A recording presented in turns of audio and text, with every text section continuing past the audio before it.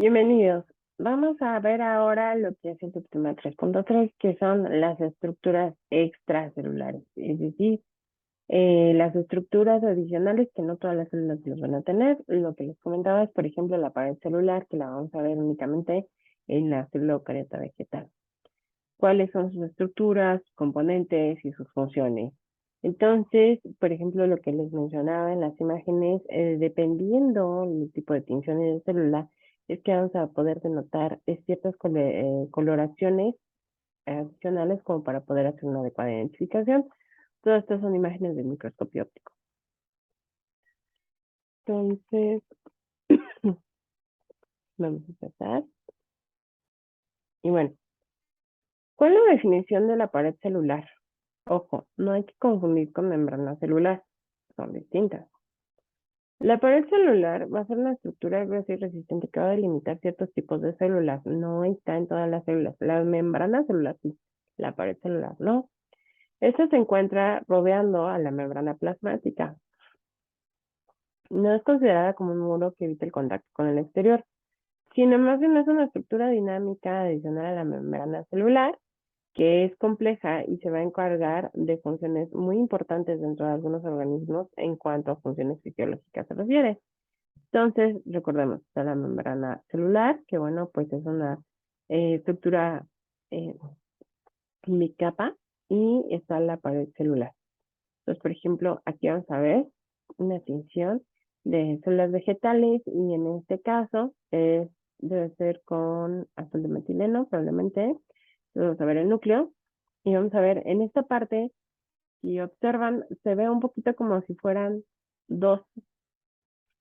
Entonces, nada más tengan un poquito de cuidado en la observación.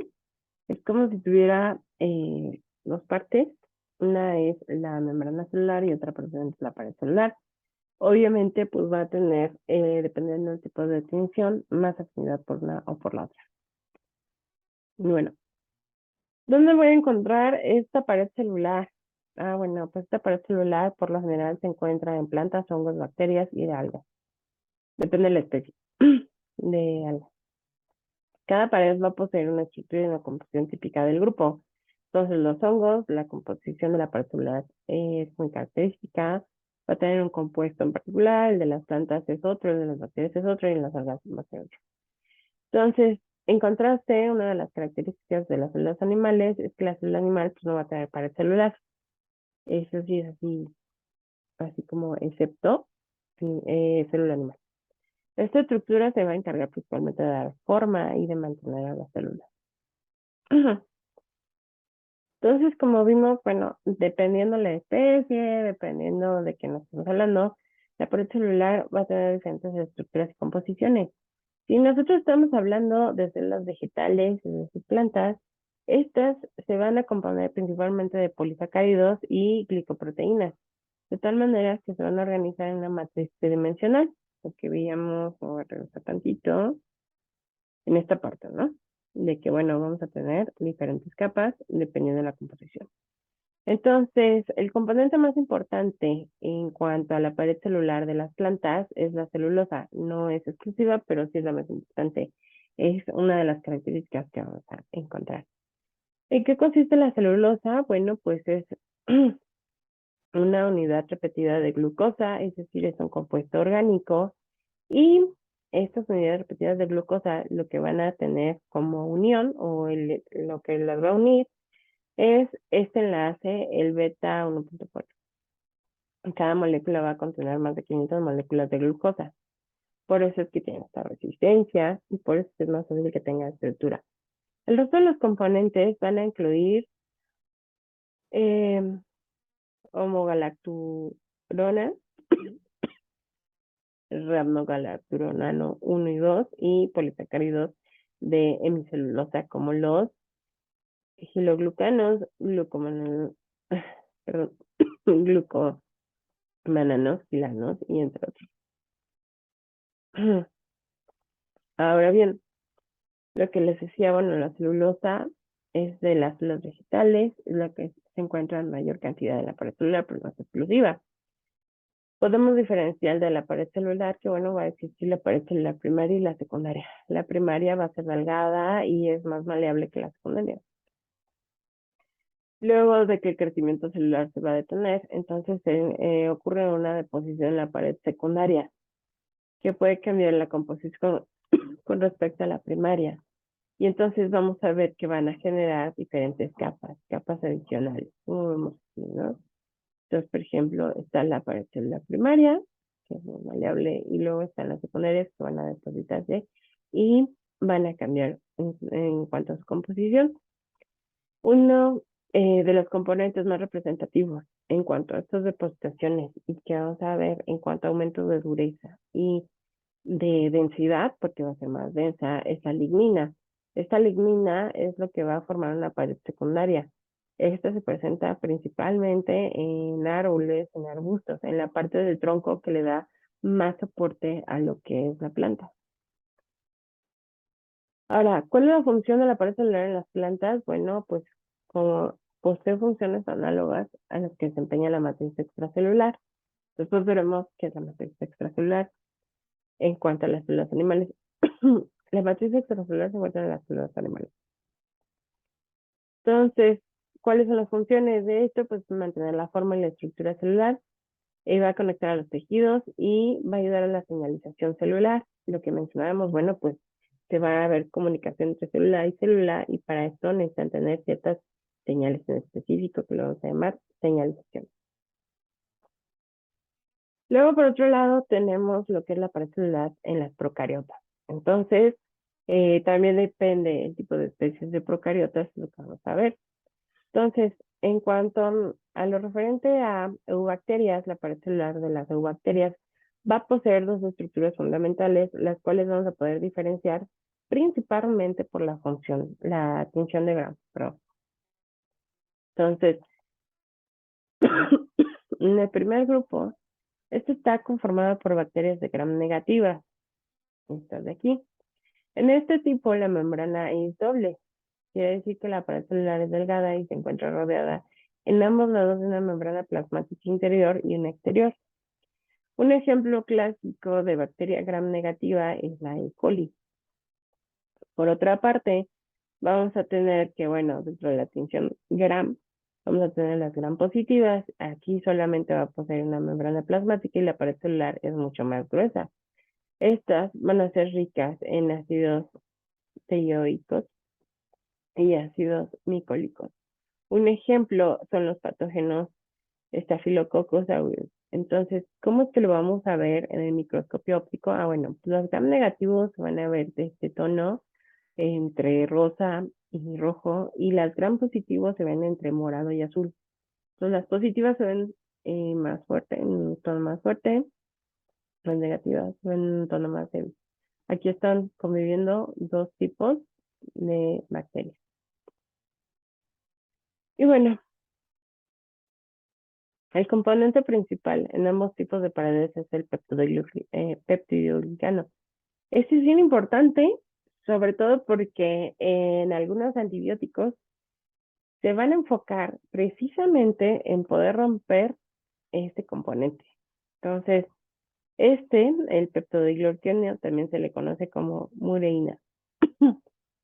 Las unidades de monómeros que los componen van a ser N-acetilglucosamina y el ácido N-acetilmurámico. Estos compuestos en cadenas lineales de polisacáridos, pequeños péptidos, es lo que van a formar este compuesto.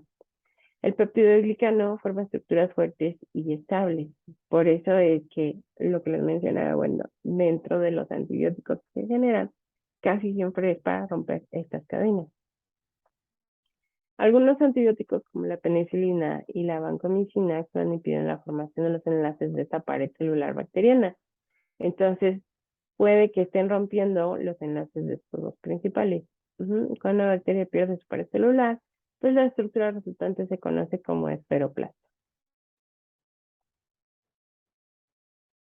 Luego, dentro de las paredes celulares de las procariotas, vamos a ver lo que son las arqueas. ¿Qué son estos de las arqueas? Aquí hay algunas características de microorganismos pertenecientes a las arqueas. Las arqueas difieren en la composición de la pared con respecto a las bacterias, principalmente porque no van a tener peptidoglicano, sino que algunas arqueas van a poseer una capa de, perdón, pseudopeptidoglicano o pseudomureína. Este polímero va a tener un grosor de 15 a 20 nanómetros y es parecido al peptidoglicano, pero los componentes del polímero son el ácido IN acetilato, perdón, acetil talosamino, mm, perdón. Ajá. Bueno, afortunadamente no lo vamos a leer. Perdón. IN acetil talosaminorónico unida a un N-acetilglucosamina. Contiene una serie de lípidos poco comunes, como son los grupos de isoprenoro, unidos a un glicol y una capa adicional de glicoproteínas llamada una capa S. Esta capa a menudo está asociada con la membrana plasmática. Entonces, era lo que decíamos, bueno, son sistemas dinámicos, son paredes dinámicas, entonces va a haber conexiones y también tiene que haber intercambio entre el exterior y entre el interior para los nutrientes o para el desecho de la secreción de lo que se forme en las reacciones metabólicas dentro de la célula. Luego, entonces, la pared celular en las procariotas, la función es que al igual que la pared celular en las plantas, esta estructura, las bacterias va a desempeñar funciones similares para proteger los organismos unicelulares de la lisis, es decir, de la ruptura de la membrana celular frente al estrés osmótico. Entonces, bueno, recordemos que una parte importante es el estrés osmótico que pueda sufrir una célula para que no colapse. Es entonces que, bueno, pues le va a ayudar a tener cierto soporte a la membrana celular y que en caso de un estrés externo, ¿no? Pues no colapse.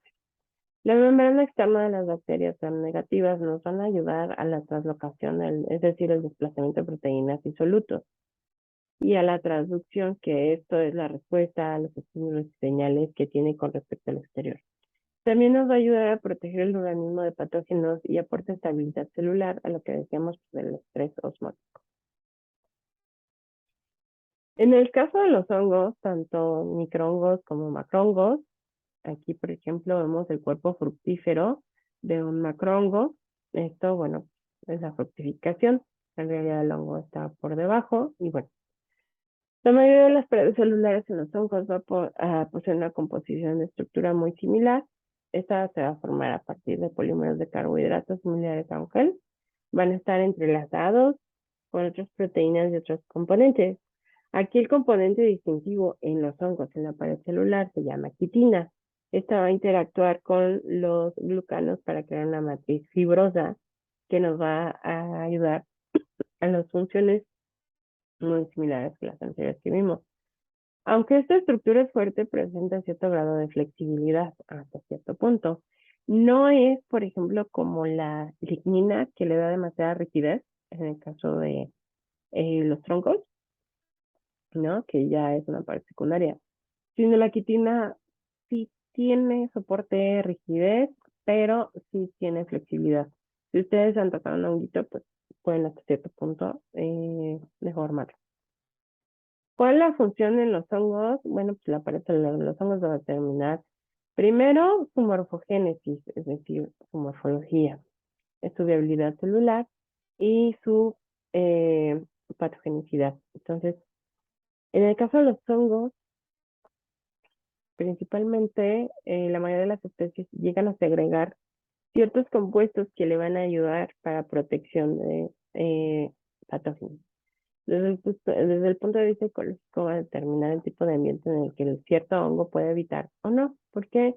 Porque también hay gran variabilidad. Entonces hay unos que depende porque pueden vivir en simbiosis con los árboles o pueden funcionar para degradar. Entonces, dependiendo de esto, pues es el tipo de pared celular que va a presentar. Y bueno, con esto terminamos este sistema. Nos vemos en el siguiente video.